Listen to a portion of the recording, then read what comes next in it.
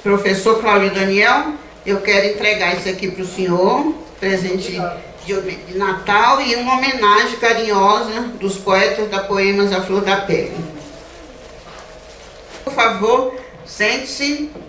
E eu vou fazer o seguinte, enquanto o Fred não vem, que eu quero chamar o Fred, assim que ele puder descer aqui, para fazer a entrevista que nós vamos fazer ao Cláudio Daniel. Pode colocar a voz na imagem do Cláudio, enquanto o Fred vem. Obrigado por você ter vindo, Cláudio. E eu não estava esperando que fosse agora, porque, né, não estava combinado. Então estava aí com as minhas meninas, se elas precisarem, eu tenho que ir lá acudir, tá? Eu queria dizer, a Dora perguntou se eu podia fazer uma entrevista com o Cláudio. Eu acho que é muito interessante que a gente faça. Conheço muito do trabalho do Cláudio. Inclusive é engraçado que quando a gente se aproximou quando a gente se aproximou, que foi no início desse século, lá por 2000 mais ou menos, o Cláudio me falou o seguinte: você foi a primeira pessoa no jornal a falar de mim. Eu falei, nossa, não tinha a menor ideia que eu tinha feito isso, né? E aí ele até perguntou, achei engraçado que ele perguntou, você assinava diferente, você assinava, eu assinava assim, Frederico Tavares Bastos Barbosa, eu escrevia críticas praticamente semanais no Jornal da Tarde. E aí eu fiz uma crítica de uma revista e critiquei bastante a revista, dizendo que a revista era uma coisa de ultrapassado, não sei o que, falei mal da revista. E falei, uma das poucas coisas que se salvam é o poema desse poeta chamado Cláudio Daniel, né? Eu gostei muito do poema do Cláudio. E não conhecia o Cláudio, né? E fiquei, né, quase 20 anos sem conhecer, né? Depois é que a gente se conheceu e a gente começou a fazer uma série de coisas juntos. E uma das coisas que eu acho que é muito importante no trabalho que o Cláudio tem feito e sempre fez, e na própria personalidade dele, é algo extremamente, né, coerente sempre, né, e extremamente íntegro. Acho que isso é uma coisa muito importante, né, no que o Cláudio tem feito. E uma coisa curiosa, quando eu falei para o Cláudio que eu estava aqui, o Cláudio me lembrou, quando eu conheci ele trabalhava no Hospital São Luís, né, fazendo assessoria de imprensa. Mas ele falou, mas antes de trabalhar no São Luís eu trabalhei no IANSP, né? Ou seja, aqui, né? Lá no prédio da administração, provavelmente, né? Aqui não havia esse prédio, né? Era tudo totalmente diferente. Tá? E hoje em dia a gente tem, ó, esse auditório aqui com 423 lugares, salas de aula lá embaixo, uma série de coisas que estão acontecendo. Como sempre na cultura, a gente tem o equipamento, mas a gente não tem dinheiro para nada, né? O que está acontecendo nesse país é basicamente isso. Mas pelo menos o prédio que a gente tem a possibilidade de convidar pessoas a fazerem, né, apresentações, etc. aqui. É a segunda vez que a Dora vem e nessa nós achamos interessante fazer essa homenagem, né, a você e ao seu trabalho, que é tão importante para a Dorothy. Quando você recebeu a Dorothy lá no Centro Cultural São Paulo, quando você era coordenador de literatura lá, né? E para mim, sem dúvida alguma, né? Até por tudo que nós fizemos juntos. O Cláudio ajudou muito a construir a Casa das Rosas, quando a gente construiu a casa.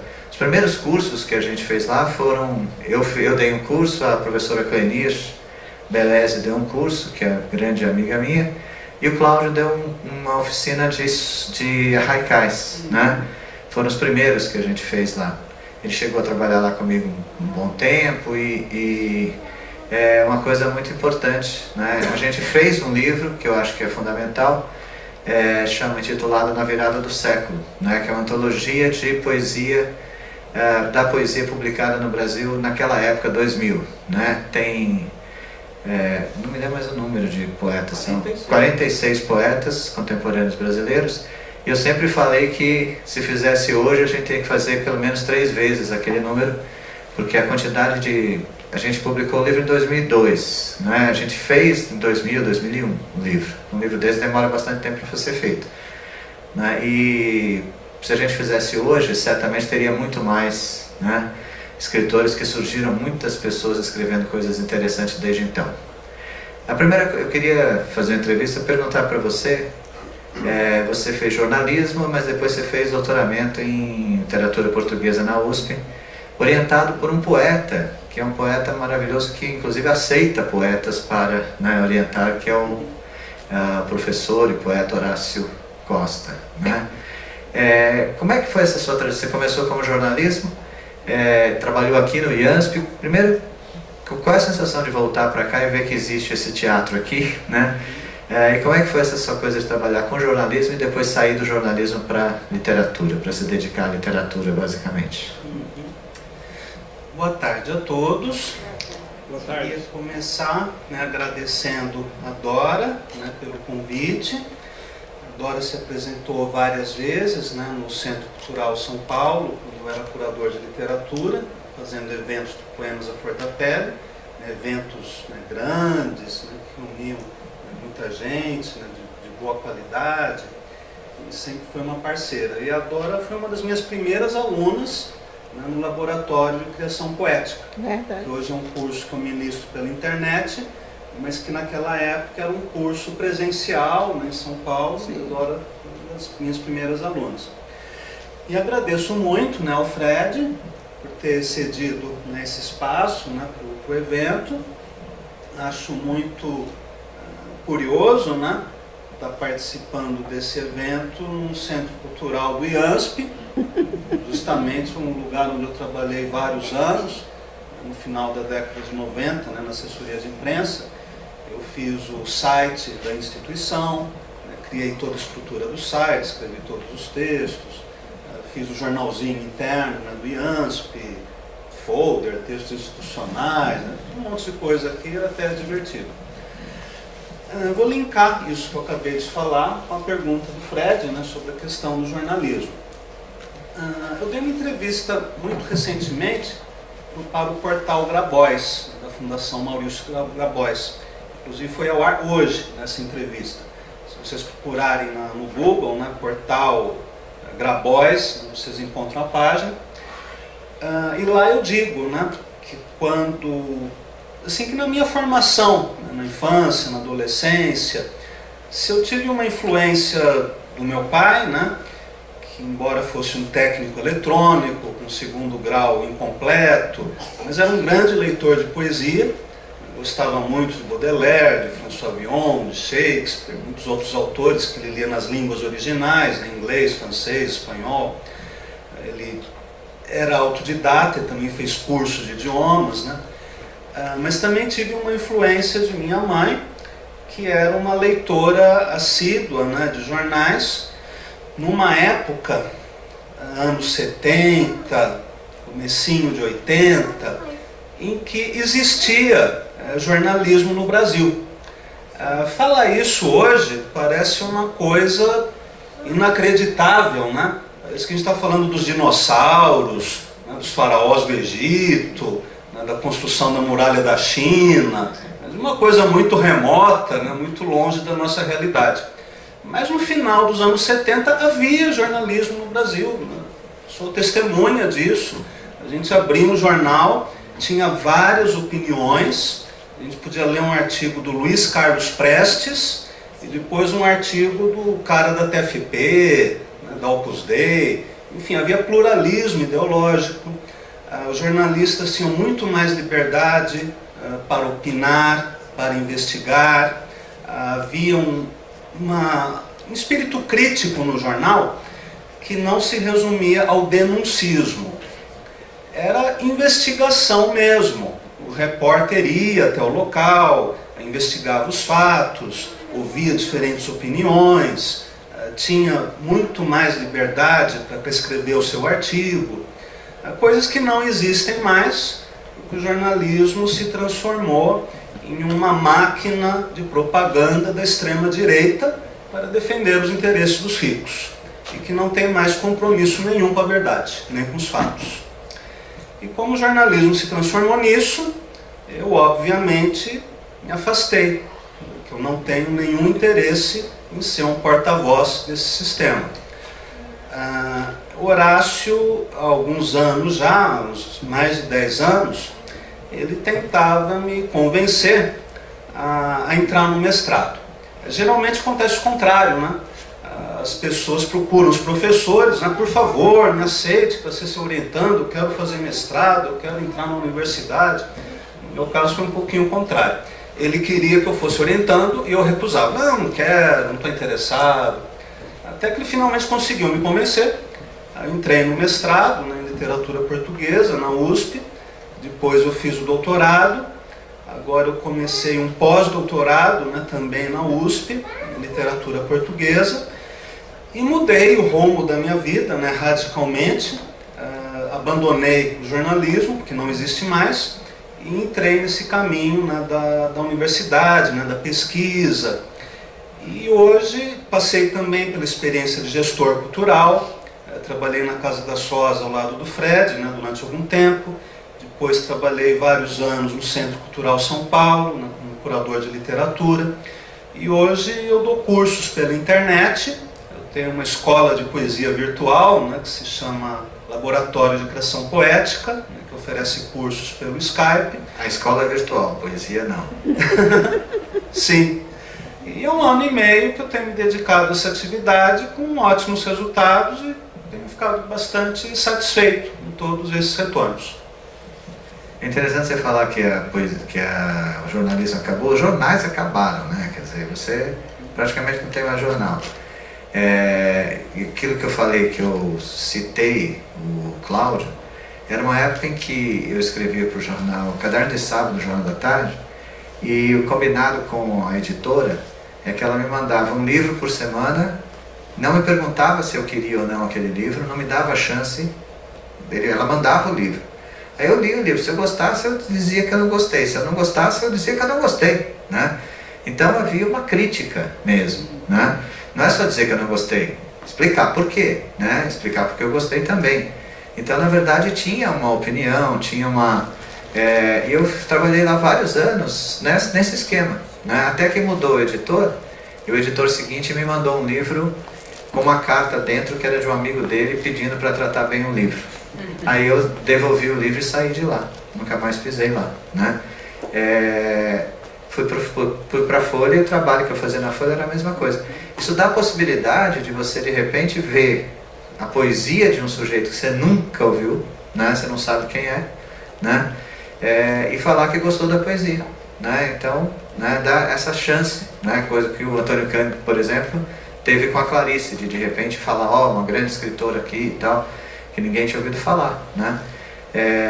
Não estou me comparando com o Antônio Cândido, muito menos o Cláudio com a Clarice, né? Mas estou dizendo que dá a oportunidade das pessoas se encontrarem através do texto, né? Que eu acho que é muito importante.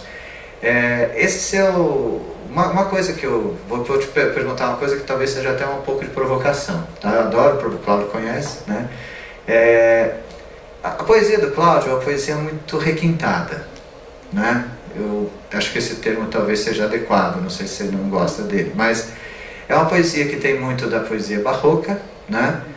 E eu acho que tem também algo muito próximo da poesia simbolista, né? Porque o barroco tem a ver com simbolismo, na verdade, né? Os poetas simbolistas diziam que você não deve dizer, o Mallarmé dizia que você não deve dizer as coisas, que deve deixar que as pessoas percebam, que as pessoas descubram. Ou seja, a poesia não deve entregar o jogo de cara, né? Deve ser uma poesia que faz com que as pessoas vão descobrindo os múltiplos significados. Essa ideia que se tem hoje de que poesia é algo cujo significado não é único, né? Que é possível você ler de várias maneiras um poema, é uma ideia que vem dos escritores simbolistas. E o Cláudio usa um vocabulário, por exemplo, bastante elaborado, né? Um vocabulário bastante requintado também, né? Às vezes a gente lê termos na poesia dele que a gente não conhece, que a gente não são termos, digamos, do dia a dia, do cotidiano, né? Ele não usa simplesmente esse vocabulário que a gente tem, né? Tem esse vocabulário que a gente tem na cabeça, né? Que todo mundo conhece. Não, ele usa um vocabulário e vai atrás de algumas palavras, né? Uma coisa bastante preciosista em alguns momentos, não no sentido parnasiano de enfeite, mas de buscar coisas que digam melhor o que ele quer dizer. Ou seja, uma poesia difícil. Uma vez eu fiz um programa de rádio, eu tinha um programa de rádio, na época era Estadão, agora nem a rádio existe mais, você vê como está tudo acabando, né? Era Rádio Estadão e ESPN. Eu tinha um programa de rádio sobre poesia.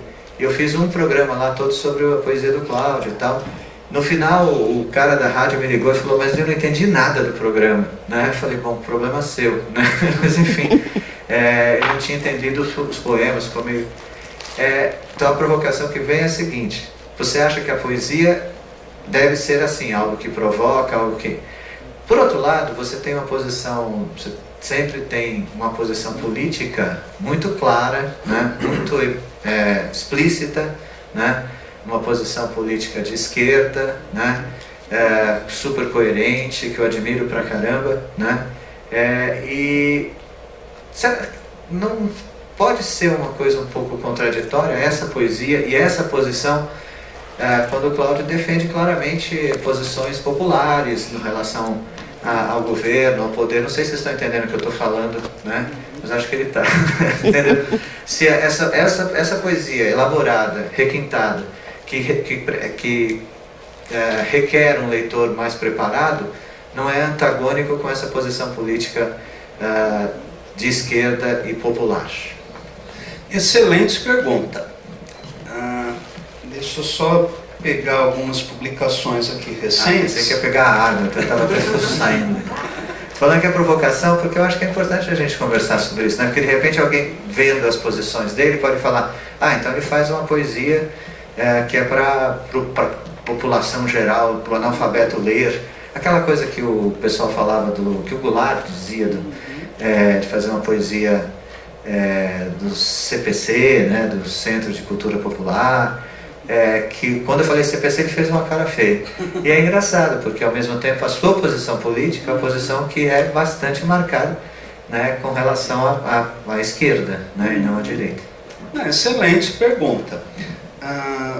Vou tentar resumir.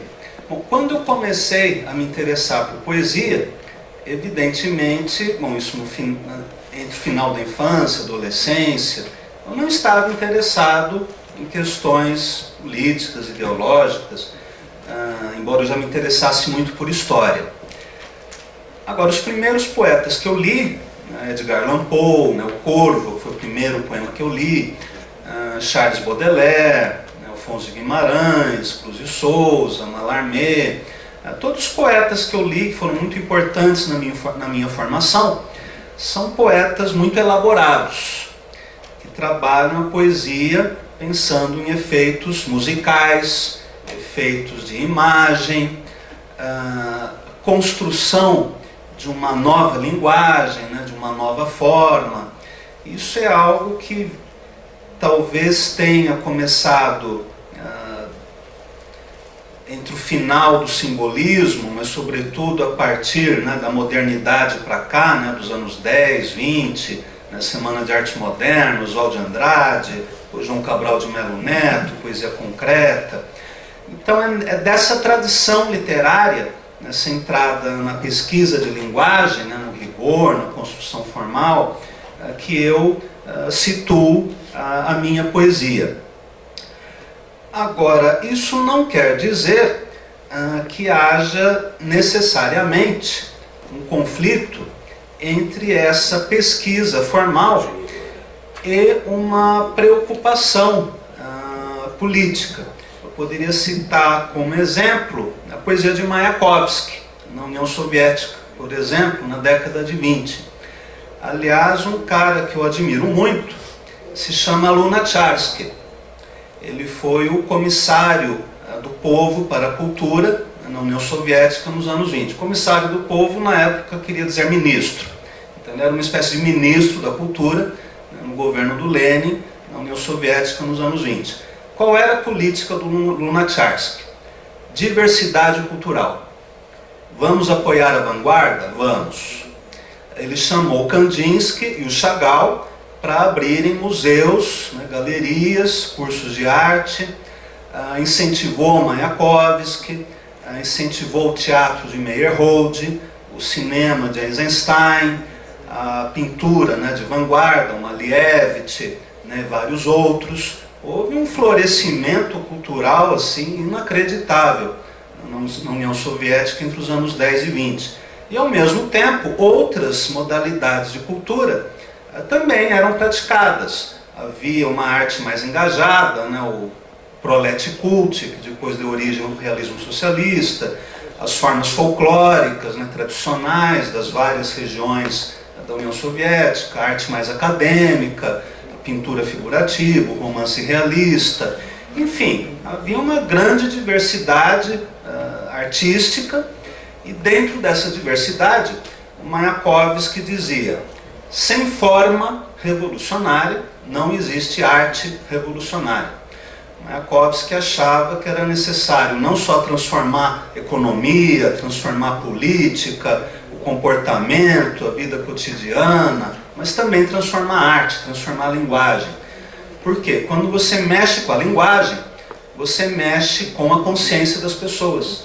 Você mexe com a maneira como as ideias se articulam. Isso esteve em vigor, né, durante algum tempo na União Soviética, até comecinho da década de 30, quando acontece um congresso do Sindicato dos Escritores Russos, e nesse congresso, o Máximo Gorky, né, o romancista, autor do romance A Mãe, ele vai defender aquilo que se chamou de realismo socialista. Essa tese do Gorky foi aprovada nesse congresso dos escritores russos. A partir daí, isso se transformou numa política de Estado, que eu considero um grande erro, e que acabou influenciando os escritores, os artistas de esquerda, nas décadas seguintes, que passaram a escrever obras de propaganda, romances, filmes, canções, voltados para a propaganda, como o CPC da UNE, que o Fred citou, a poesia de Cordel do Ferreira Goulart, né, que eu sei que o Fred gosta muito. Enfim, uma literatura mais fácil, melhor dizendo assim, mais fácil. A ideia de Mayakovsky era o contrário. Mayakovsky dizia: não vamos socializar por baixo a cultura. Vamos elevar o nível de cultura do povo. Vamos acabar com o analfabetismo, por exemplo. Vamos facilitar o acesso à universidade. Vamos fazer com que o livro seja barato, que as pessoas possam comprar livros, tenham incentivo à leitura, tenham bons cursos de literatura nas escolas, no ensino fundamental, no ensino médio. Vamos colocar a poesia, a cultura, claro que o Mayakovsky não dizia isso, eu estou dizendo, no rádio, na televisão, na internet. Vamos acabar com a ignorância, vamos acabar com o analfabetismo, vamos socializar a riqueza cultural. Então eu acredito nisso, que é possível socializar a riqueza cultural, não subestimar a inteligência do povo, não considerar o povo é burro, então escrever qualquer coisa fácil para o povo entender. Eu não acho que o povo é burro, eu acho que nós temos um país que despreza o próprio povo. Nós temos um país que não investe na educação, não investe na cultura, não investe na difusão da poesia e da literatura. Se um dia nós voltarmos a ter um país decente, quem sabe isso não se torna realidade. Só para completar, que minha resposta está longa, eu sei que a primeira fase da minha poesia ela é muito mais voltada para a função poética, né? É muito mais voltada para a forma em si. Agora, na minha poesia mais recente, eu mudei, fiz várias experiências novas. Por exemplo, eu tenho essa série dos Cadernos Bestiais, que são 3 plaquetes, cuja temática é o golpe de Estado no Brasil, em que eu falo sobre a mídia, falo sobre os banqueiros, falo sobre o judiciário e vários outros temas, né? Eu queria ler só um poema que tem uma linguagem um pouco diferente, que se chama Antimídia 7, Macumba Poética. É um poema um pouco mais comunicativo, talvez, que diz assim: Esse poema é dedicado a Bonner, a Alexandre Garcia, a Vaak e a outros da mesma natureza. Raquel Sherazade e outros do mesmo gênero. Seus amigos. Então o poema diz assim: o apresentador do grande telejornal sofre de terríveis dores estomacais. Tosse, é impotente e peida muito. O apresentador do grande telejornal tem dispneia paroxística noturna. É cardíaco, asmático, psicótico. O apresentador do grande telejornal foi acometido de taquicardia supraventricular ou taquicardia patológica, a divergência entre os especialistas. É obeso, diabético, tem tremores nas mãos. O apresentador do grande telejornal sofre de erisipela, eritema ab igni, pênfigo e dermatite herpetiforme. O apresentador do grande telejornal tem câncer no reto.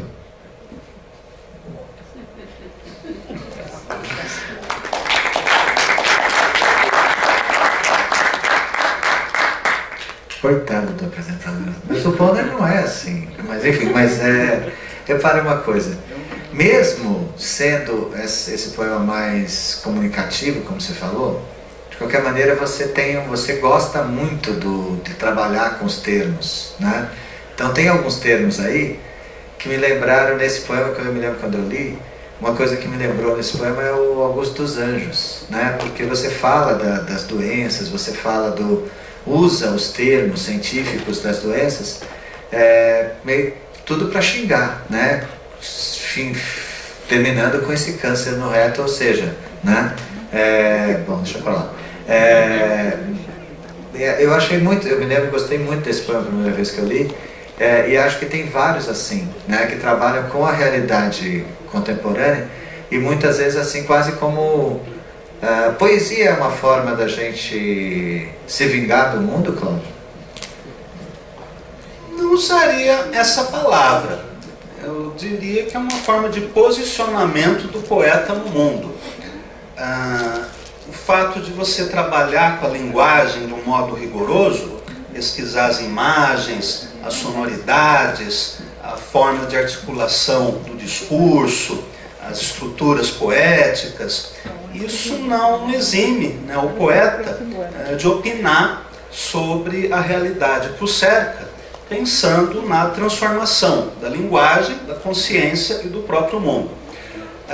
Às vezes eu coloco algumas maldades, né, nos meus poemas, que tem um objetivo principal de humor, ainda que seja um humor um tanto quanto sarcástico. Para ilustrar nessa ideia do humor sarcástico, eu gostaria de ler um outro poema do meu livro de Oriquis, que é sobre Xangô. Oriqui são os poemas, né, da tradição Nagô-Yorubá, dedicados aos orixás.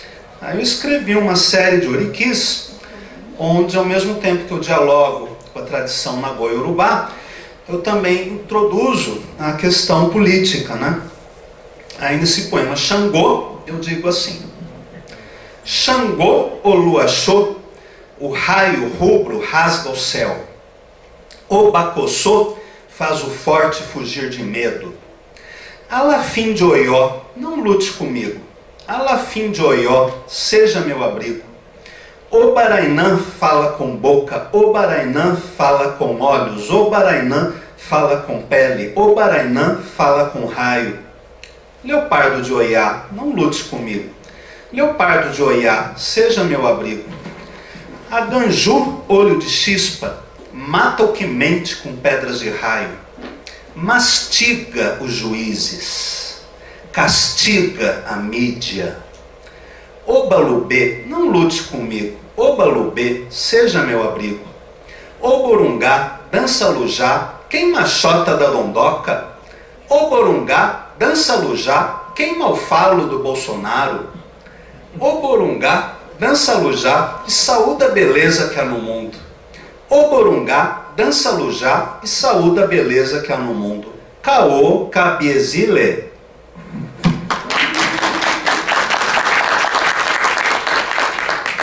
Digamos assim que alguém aqui, por acaso, não conheça Yorubá e não tenha entendido os termos. Faz diferença? Não. Ai, que bom. Não, assim, o que eu achei legal, né, porque o que eu senti no poema é que esses termos Yorubá, eles dão o ritmo do poema, né? Embora eu não saiba, não saiba o que significam, né, e acho que boa parte das pessoas aqui, boa parte, até deve ter alguém que conhece Yorubá completamente, mas a maior parte das pessoas aqui não conhece, né? Então, às vezes a pessoa pode ficar assim, mas aflita, porque eu não estou entendendo nada. Mas o que está entendendo sim, né? Porque a parte do Yorubá entra aí como uma homenagem, né? E como uma forma de resgatar essa poesia Yorubá que é tão interessante, tão rica, né? E você acrescenta essa riqueza, né? Tem a hora que você fala da xota da dondoca, né? Que eu não entendi o que é isso. Mas enfim, é uma parte, ainda bem que minhas filhas já foram embora.